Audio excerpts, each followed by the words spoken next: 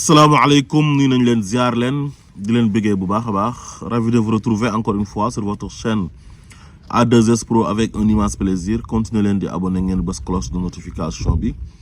Bu leen fàtte di like vidéo bi maanaam di ko aimer bu baax a baax di bës ci pouce bi baaraam bi. Dafay tax mu sori ba ku nekk man cee jot. Bu leen fàtte di ko partager waaye tamit di ko commenter. Comme on a l'habitude de le faire di wax sur ce qui concerne l'actualité sénégalaise. Tey dañuy wax sur la sortie de Birame Souleye Diop nekk ministre de l'énergie demoon ci benn jotaay diine jël fa kàddu wax ay wax yoo xam ne c'est des propos offensants benn communauté boo xam ne dafa bokk ci diine ji di diine l'islam ñu tuddee seen bopp ay salafiste français nag mooy wax salafiste waaye arabe salafia lay wax étymologie bi nag mooy as salafu saalih mooy ñi nga xamante ni dañoo sukkandiku ci ñi nga xam ne ñoom ñoo jiitu woon maanaam ñi àndoon ak yonent bi ak ñi topp ci ñoom niñ doon jaamoo yàlla ak niñ doon gisee l'islam ñoom noonu lañ gisee daal. Donc kon am nañ différence ak yeneen kuréel yi nga xamante ni dafa nekk ci biir diine ji. Salafiya daal ci tënk mooy ñi nga xam ne ñoom ñoo ñu précédé nos prédécesseurs dans l'islam maanaam ñi nga xam ne ñoom ñoo jiitu woon ci l'islam ñoom ñooy salafu saalih foofu la baatu salaf jógee maanaam ñu dem ba tuddee ko seen bopp as salafiya. tey jii boo xoolee ci alxuraan sax di nga ci fekk ay baatu salaf yu bari comme yàlla fu muy waxee naan bu leen boole ay mbokk yu jigéen ngir ñu wujjee lu dul ñi nga xam ne ñoom ñoo leen jiitu woon wa an tajma'u baynal ukhtayni illa ma qad salaf waaw waaye nag ñi nga xam ne ñoo leen jiitu woon bi muy wax nag bokkut ak ñi nga xam ne ñoo ñu jiitu woon ci l'islam mais loolu avant l'islam la quoi maanaam baatu salaf bi moo ñëw foofu rek moo tax ma koy leeral. Ministre nag du n'importe qui bu demee ci jotaay di wax war na mesurer ay waxam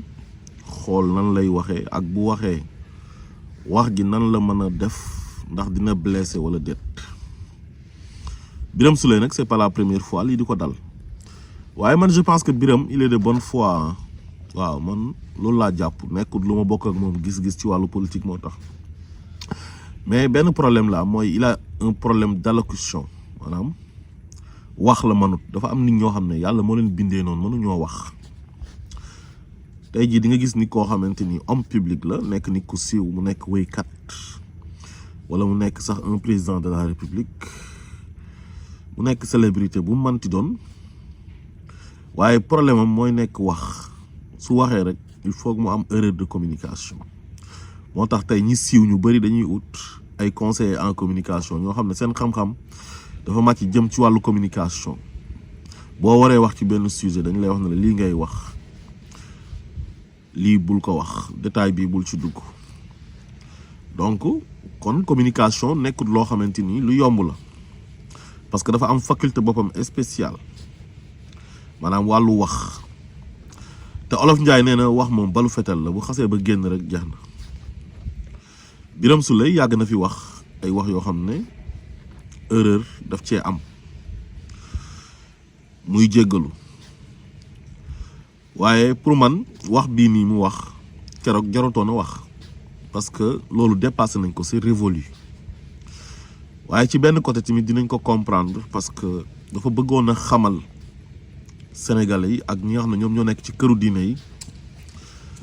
na leen li ñu leen doon jiiñ loolu du dëgg donte loolu bonul ndax idéologie la ci wàllu diine l'islam am na nag ñoo xamante ni mën nañoo mbuboo benn idéologie ba pare di ci def naka sudul noonu am na ñoo xam ne dañuy mbuboo salafiste ba pare di def ay mbiru terrorisme te loolu dëppoowul sax ak wàllu salafisme waaye li Olof Njaay di wax ne fépp foo dem rek dina am ñoo xam ne dañuy gàmmu am ñoo xam ne dañuy raas dem waaye seen noon yu bon yi nga xam ne ñoom ñooy waa APR rek Benno Bokk Yaakaar ak ñi leen doon jàppale ñëpp lu tax ñu leen doon wax jooju liñ ci jublu woon mooy mettre leen en mal ak turuux yi maanaam tarixa yi nekk biir Sénégal parce que Sénégal dañoo dem ba jàpp ne boo nekkul ci tarixa rek yow doo jullit wala boo nekkul ci tarixa rek yow war nañ la mën a diaboliser suñ lay diaboliser wala ñu bëgg a yàq sa der bëgg a ternir sa image dañ naan la yow salafiste nga wala ibaadu nga gëmoo këru diine yi te pourtant gëm këru diine yi taxul nga nekk un bon musulman waaye ñàkk leen a gëm tamit terewul nga nekk un bon musulman léegi sax tane na ndax ñi nga xam ne bokkuñ gis-gis ak ñi nga xam ne ñoom ñoo nekk ci soufisme ci këru diine yi di dund tariqa ñu ci bëri ñu ngi taal seen ay live di wax seen xalaat di wax dérive yi nga xam ne ñu ngi koy gis ci tariqa yi donte dérive yi foo dem di nga ko fa fekk maanaam ñi nga xam dañoo ëppal waaye nag ñi nga xam ne ñoom it ba tey dañuy wax di dal ci kaw tarixa yi am na si ñoo xam ne dañuy ëppal di dem bay dugg ci détail yoo xamante ni ay xastelaak ay saaga ak di offensé ay kilifa diine yoo xam ne génn nañ àdduna bu yàgg seen ay njaboot nekk fi xëñ na ñoom li ñu leen di reproché sax daanaka bëriwul waaye bàyyi nañ fi ñoo xam ne ñu ngi jël mbir mi di ci def loo xam ne bokk ci di yokk ngir gën a safal affaire bi loolu yàgg na am ci àdduna léegi nag Birame Souleye moom ci côté boobu rek la doon waxee di leen di xamal sëriñ si mu toogaloon na leen ñoom duñ ay salafiste waaye lu tax muy justifié wu loolu moo lay wan ne tamit moom des naa xam exactement lan mooy baatu salafiste wala mu xam ko ba pare bëgg a xamal sénégalais yi na leen waa APR yi fi nekkoon Macky Sall ak ñoom àndaloon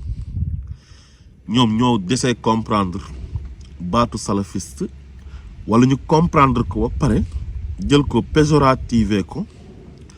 pour man see yàq seen der pour ñoom ñu leen di xoolee benn bët bu ñaaw ci Sénégal ne bés buñ faloo dañuy xeex tarixa yi maanaam gàmm dootu fi am màggal dootu fi am loolu dof rek moo koy dégg di ko gëm amul kenn ku mën a falu ci Sénégal ak loo mënti gëm foo mën a bokk ba ne yow da ngay tere gàmmu di tere màggal ak événement religieux yi nga xam ne dafa yàgg am foofu parce que du yow kenn rek yaa jiite réew mi dafa am ñoo ko bokkal donc kon ñi doon gëm loolu ay nit lañ yoo xam ne dañoo desee ànd ak seen xel waaye loolu waruñ ko wax nit sax koo xam ne dafay réfléchir mu ne daf koy gëm waaye nag ñoom dañoo yàgg nekk nit ñoo xam ne mooy waa kër Macky Sall yi ñoom argument ñoom mosuñ cee dox ñoom violence ak insolence lañ xam maanaam ñaaw làmmeñ wax ju ñaaw jëf-jëf ju salte comploter ay nit ñoom noonu la ñuy xeexee ci wàllu politique léegi waa Pastef fi ñu jàkkaarloo woon nag ñoom ni ñu doon xeexee mooy ay idée ay argument indi programme boo xamante ni ku ko dégg rek di nga xam ne ñii yéene bii lañ am ci réew mi te fii lañ bëgg jëmale réew mi léegi nag ñoom jàpp nañ ne waa APR yi pour ñu xeex Ousmane Sonko ak ñi ñu àndal mooy dañ leen war di saaga dañ leen war a tuumaal rebelle dañ leen war a wax salafiste ngeen gëmu leen këru diine yi Ousmane Sonko dafay wax ñu jël ay waxam traversir ko dem monter ko ne Ousmane Sonko lii la wax te fekk waxut loolu jubluwu ci woon loolu léegi nag loolu dafa nekkoon loo xam ne dafa métti woon lool te dafa des ba léegi ci xol yi waaye Birame Souleye fu muy justifié woo moo weesu dafa weesu pour man parce que wax yu ñaaw yooyu yëpp waa APR doon wax ak jëf yu ñaaw yu ñu doon jëf yëpp ba jiñ sax kilifa gi muy Ousmane Sonko viol en utilisant une arme sexuelle qui s'appelle Adji Sarr ak ñaawteef yu ñu def yëpp rey ay nit tëj ay nit torturé terewul sénégalais yi ñoom fal nañ waa Pastef te ñoom li ñu doon def yëpp ci ay ñaawteef ak wax yu ñaaw yu ñu doon wax yëpp jëmale ko ci ñoom terewul sénégalais yi taxoon ñu ko doon def ngir yàq seen der ba sénégalais yi dummóoyu leen bañ leen a fal sénégalais yooyu dégluwuñ leen parce que yéen lañ mujjee fal kon defe naa ne loolu weesu nañ ko jarutoon toog di justifié wu wala boo demee ba koy wax tamit man nga wax rek ñun jiñ nañ ñu ay salafiste waaye ñun mosuñoo nekk salafiste après jeex na c'est tout mais boo ci demee ba naan ay sama yaay du jur salafiste ak yaay Ousmane Sonko du jur salafiste ak xam nga jomaay tamit pareil yooyu yëpp jaru ko xam nga sa waajur nekk Tijaan yow nga nekk murit wala sa waajur nekk murit nga nekk salafie ah wala sa waajur nekk chrétien wala chrétien yow nga nekk jullit wala mu nekk jullit yow nga nekk chrétien wala chrétien loolu gis nañ ko fi donc kon c'est pas évident que ne sa yaay bu bokkee fenn rek yow fa nga war a bokk wala sa baay bokk fenn fa nga war a bokk man mii gis naa yu mel noonu ba taay gis naa koo xam ne papaam Tijaan la tuddee ko sax Baye Niass si boppam papaam taalibe Baye Niass bu mag la comme tuddee Baye Niass dafa dem nekk Baye Fall dafa ay ras di sol ay njaxas di màjjaal ak yëpp boo demee Joal di nga fa fekk ñoo xam ne ay famille la ñuy nekk ñu bokk ndey ak baay ñi nekk chrétien ñi nekk musulman salafiste yi nekk Sénégal ñu mag ñi ñu ci ëpp ci ñoom ñëpp ci ay këru dina lañ jógee ko ah ñoom ñëpp seen waajur yi ci turux yi lañ bokk moo xam murit tijaan laayeen ñu ci ëpp bu ñu demee jàng ji ci lañ adopté idéologie boobu noonu di salafisme kon c'est pas évident que ne yow sa yaay wala sa papa day nekk lii rek yow loolu nga war a nekk donte nag li muy am moo ëpp waaw kon daal wax moom lu jar a bàyyi xel la quoi parce que boo xoolee tey waa Pastef tey seen kuréel yi fa nekk comme ay Modab ak ñeneen ñoo xam ne sax ay sympathisants lañ ñu ci bëri ñàkkul ne ay salafiste lañ waaw am na ñu bokk tamit ci yeneen kuréel kon wax ci boppam moom moo jafe rek waaye Birame Souleye nit la koo xam ne nit ku baax la mais lam doon wax nam ko waxee moo baaxul loolu dafay am gis nga nit ki li nga gëm ak li nga doon loolu amul benn solo ñun li ñu boole mooy la république du Sénégal c'est une nation loolu moo ñu boole ay affaire de waaso ay affaire de diine affaire de tarixa kenn ku nekk mën nga gëm li nga gëm nekk fa nga nekk nga respecter sa morom tamit ci lum ne ba heure booy wax tamit doo offenser ki nga xamante ni bokk leen gëm-gëm ci wàllu diine wala ci wàllu tarixa wala ci wàllu idéologie ci biir diine ji ndax diine ji dafa bëri ay idéologie te boo xoolee yow ñi la fal ñi tax nga accéder au pouvoir ñëpp dañ cee bokk am na ñoo xam ne ay jullit lañ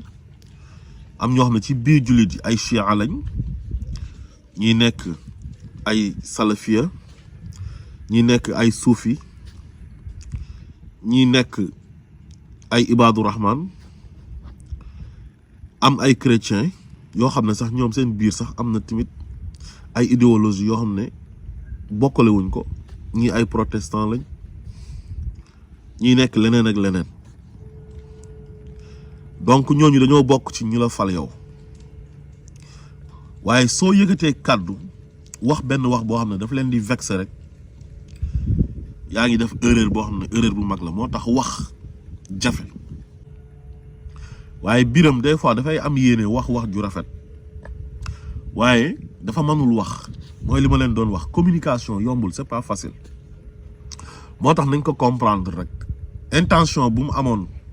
du pour vexer salafiste yi man loolu laa gëm waaw donte nag c'est pas la première fois mu def erreur ci wax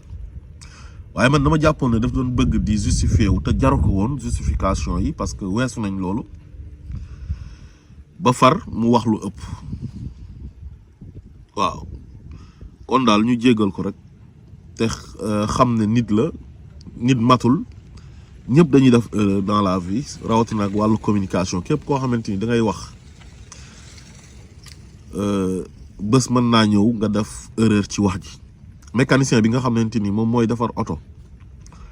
mën nga ko indil sa oto benn jour mu yàq moteur bi te pourtant yàgg na defar moteur bi di baax médecin bi nga xamante ni moom mooy faj nit léeg-léeg muy opérer nit surtout chirurgien bi mu dee kenn ku nekk rek li ngay liggéey ci ngay def erreur maçon bi léeg-léeg mu tabax kër ga daanu fekk bâtiment bi nu mu ko tabaxee am na erreur te yàgg na tabax yoo xamante ni dafay baax pilote bi nga xam ne moom mooy dawal avion ñaata yoon la dawal avion jëlee ko dëkk ak dëkk wàccee ko sans problème léeg-léeg crash dafay am donc kon nañ ko jàppee noonu ñu am compréhension rek te xam ne Birame il est de bonne foi waaye dafa def erreur rek ci wax ji kon yéen ñi nga xam ne yéenay jiite ak loo manti jiite wala nga nekk nit ku célèbre heure boo waree wax rek utal ñu la conseiller ci wàllu wax wala nga xalaat bu baax a baax ne wax ji kat su ma ko waxee nan la war a def ndax dina vexer ay nit wala ay nit di nga leen ci blessé am déet loolu c'est très important di wax boo xam dafay fédérer di boole loolu lu am solo la rawatina ak njiit man mii tey li Birame Souleye wax su ma ko waxoon man na bañ a garaaw parce que awma benn masuuliye ci nguur gi benn responsabilité awma ko ci nguur gi waaye moom il n'est pas n'importe qui c'est un ministre de la République kon ngeen jégal ko bu baax a baax rek te xam ne yéene bi mooy doon di jéem a setal boppam ba far wax gi ëpp asalaamaaleykum wa rahmatullah